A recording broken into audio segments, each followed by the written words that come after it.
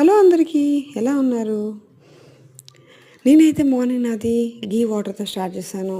ఇంట్లో పిల్లలకి బ్రేక్ఫాస్ట్ చేసేసి నేను ఈరోజు నా కోసం కొంచెం టైం తీసుకుందాం, నా కోసం నెక్స్ట్ ఏంటి అని ఏదైనా ఉంది అంటే అది టెంపుల్ కానీ కృష్ణుడు గుడి అయినా ఇస్కాన్ అయినా వెళ్ళి కొంతసేపు మన కోసం మనం టైం స్పెండ్ చేసుకుందాం దేవుడితోని.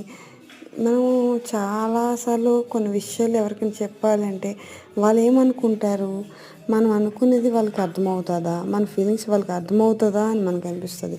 అలాంటప్పుడు కళ్ళు మూసుకొని జస్ట్ మీరు ఏదైనా గుడికి మీకు నచ్చిన దేవుడికి కానీ మొత్తం చెప్పేస్తే అనుకోకుండా మీకు ఉన్న బాధ అంతా సగం తీరిపోద్ది. నాకైతే ఎప్పుడైనా సాయిబాబా మందిరంకి వెళ్ళినా ఇస్కాన్కి వెళ్ళినా కళ్ళు మూసుకొని ఏదైనా చెప్తాను, నాకు కంటిలో ఆటోమేటిక్గా వాటర్ వస్తుంది.